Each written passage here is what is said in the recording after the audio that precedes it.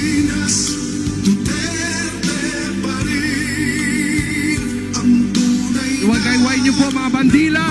mahal sa atin. Laban niya ay laban